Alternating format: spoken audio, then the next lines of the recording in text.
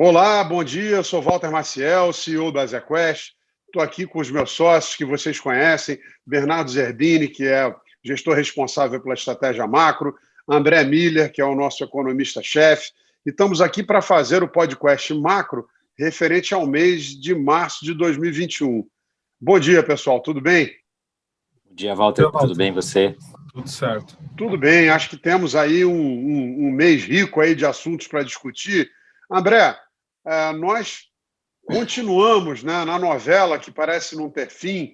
As novelas da Globo, né, demoram 6, 9 meses. Essa nossa já tem mais de um ano em relação aos riscos fiscais. Tivemos aí a PEC que acabou passando sem as alterações que o mercado temia, mas voltamos aí com um novo auxílio emergencial e agora também os riscos aí de emendas ao orçamento que podem acabar desrespeitando o teto de gastos. Como é que você está olhando para esse cenário, com certo otimismo ou não? Quais são os riscos aí para a economia brasileira?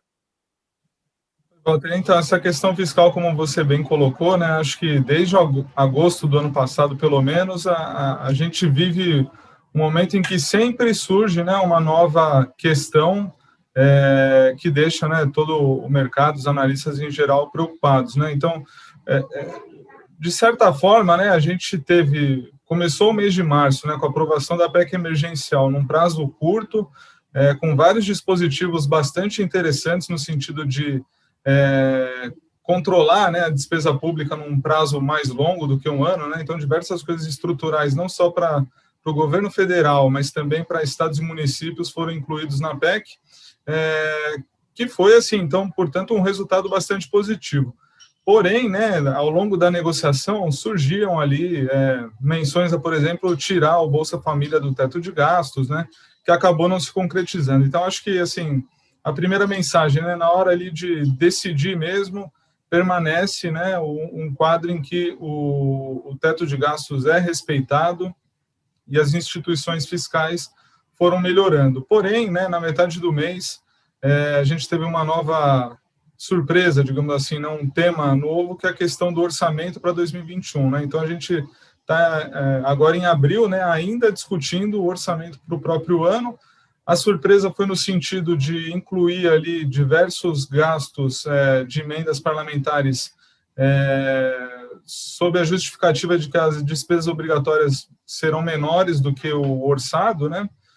Mas, assim, o que a gente sabe é que, ao longo do tempo, essas despesas obrigatórias terão que ser pagas e, fatalmente, sob o teto de gastos, essas emendas que foram infladas, elas não vão se realizar em despesas, né? Porém, tudo isso gerou mais ruído, né? Tem gerado e aumentado a incerteza do mercado, que já vem aí de muitos meses, né? Digamos assim, uma insatisfação com essas seguidas tentativas de brigar por mais orçamento, né? Eu acho que, assim, sobre o teto de gastos e a restrição que a gente tem para 2021 é de fato bastante grande, é natural que haja uma discussão, né, entre legislativo, executivo, entre os próprios ministros dentro do executivo, a briga ali pelos recursos, né? Porém, acho que nesse quadro atual, né, depois de um endividamento tão grande em 2021, a tolerância a esse tipo de coisa diminuiu muito, né? Então, acho que a principal mensagem é que, mesmo com uma PEC emergencial que foi muito boa, como resultado final, né, a incerteza fiscal não se reduziu porque a classe política não tem transmitido, digamos assim, esses sinais de maneira suficiente para o mercado, né? Acho que são meus pontos a respeito.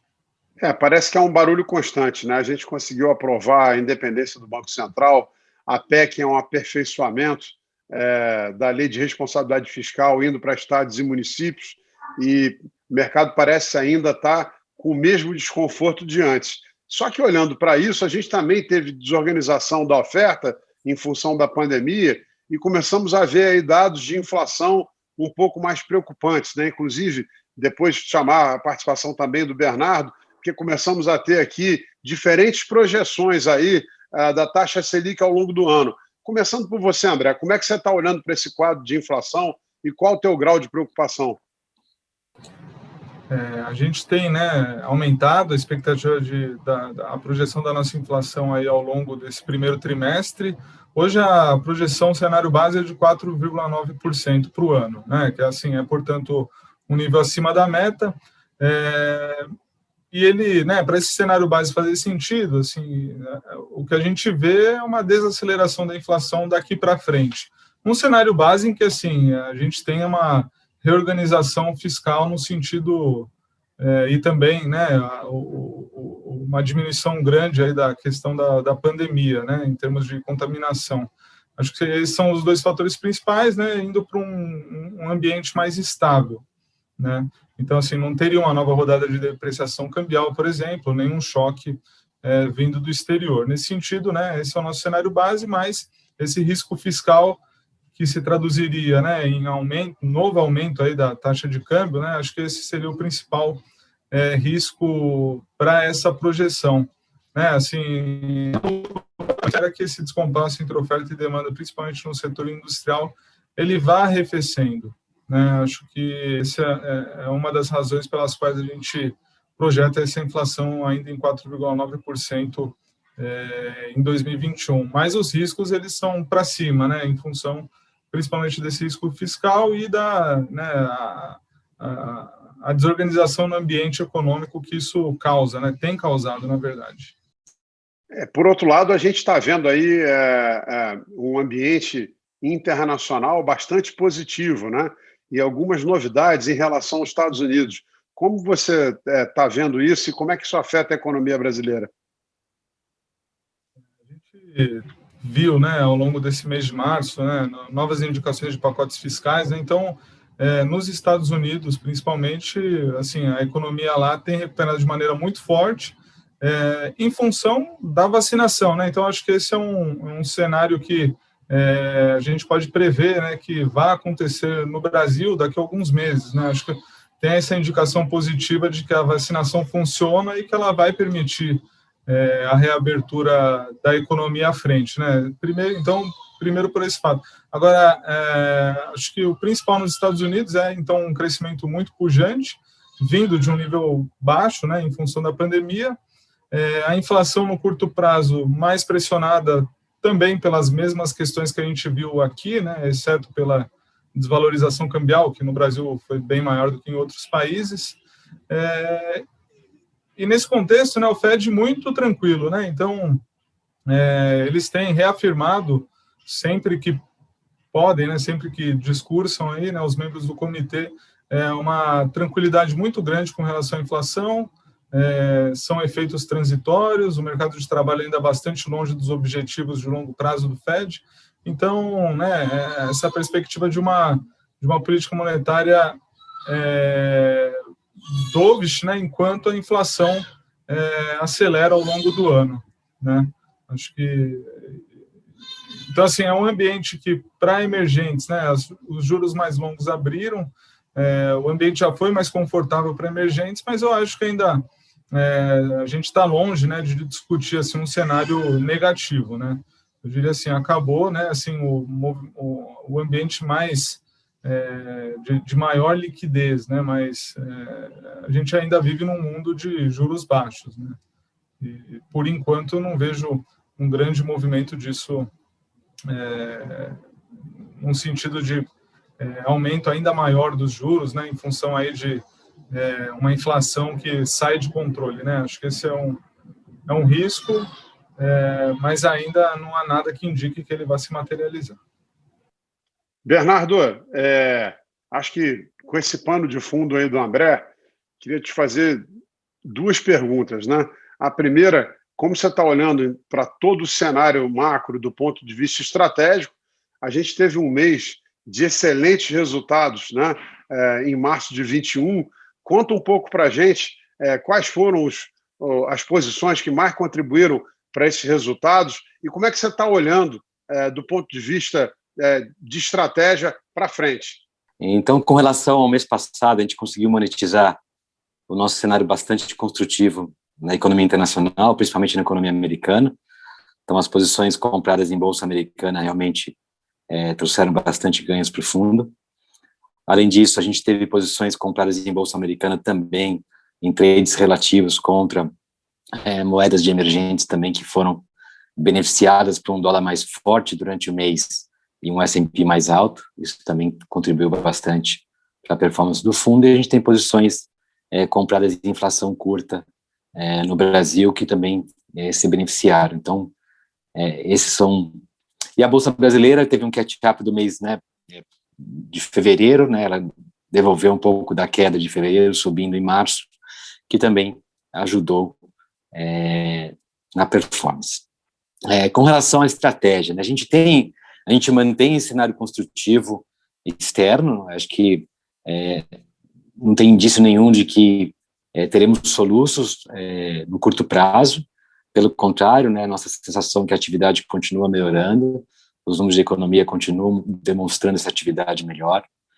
Com certeza a gente vai ter um aumento de yields nesse nosso cenário, nada grotesco, acho que o yield sobe por conta de melhores números, melhor atividade e uma expectativa maior de inflação e talvez uma antecipação da normalização monetária pelo FED, né? Eu acho que um pouco mais o mercado, à medida que a economia vai melhorando, né?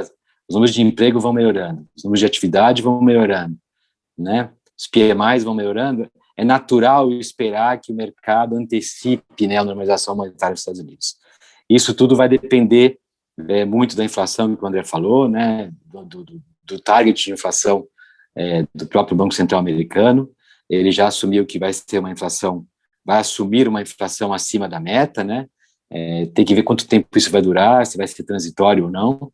Então, a gente está longe ainda desse objetivo do FED. Estamos a caminho dele, sem sustos, e muito benéfico para risco, né? Então, a gente não vê essa reversão de aversão a risco do curto prazo se revertendo nos próximos meses. Então, a gente mantém um cenário construtivo, mantém as posições compradas em S&P, a gente diminuiu um pouco as posições relativas no book de S&P contra moedas, e a gente aumentou, nesse cenário de melhor atividade e juros para cima, a gente aumentou um pouco a posição dos livros relativos tomados em taxa de juro americana e brasileira, né? A gente gosta de ter uma posição comprada e uma outra vendida, ou seja, né, uma redia a outra, esse é o conceito do livro relativo.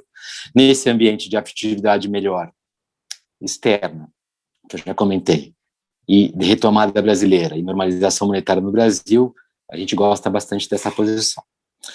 Com relação ao Brasil, acho que o nível de incerteza é bastante elevado.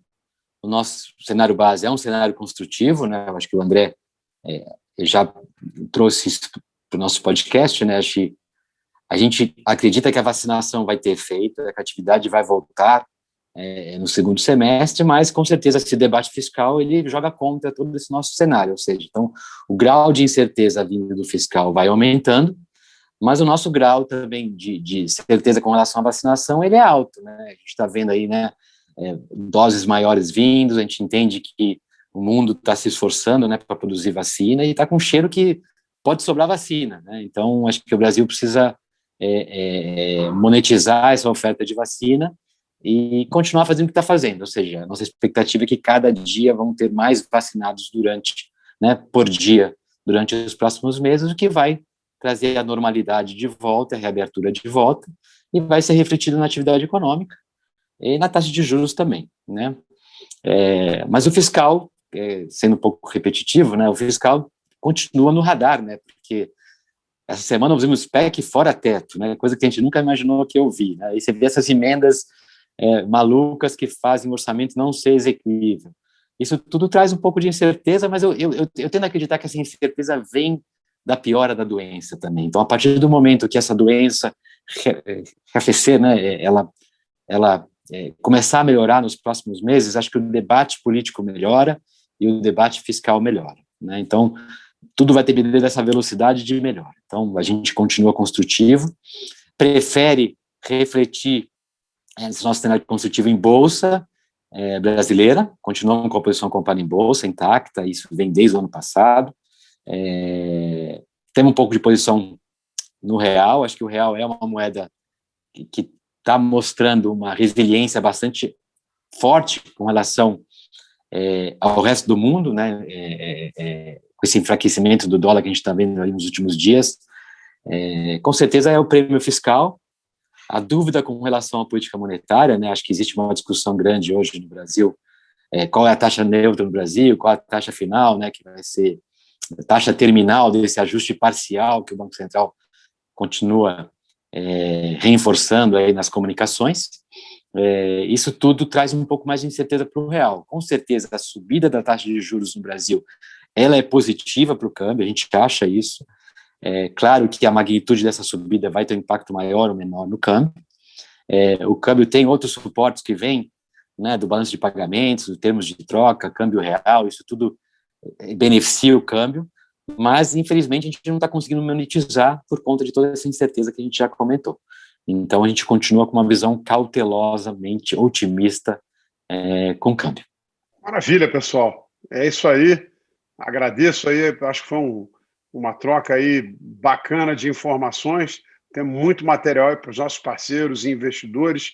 A gente vai continuar sempre postando nas redes sociais, no Instagram, no LinkedIn e também no nosso site notícias relevantes, e quaisquer dúvidas que tenham, entre em contato com o nosso time comercial. Bernardo, André, muito obrigado, e mês que vem estamos de volta.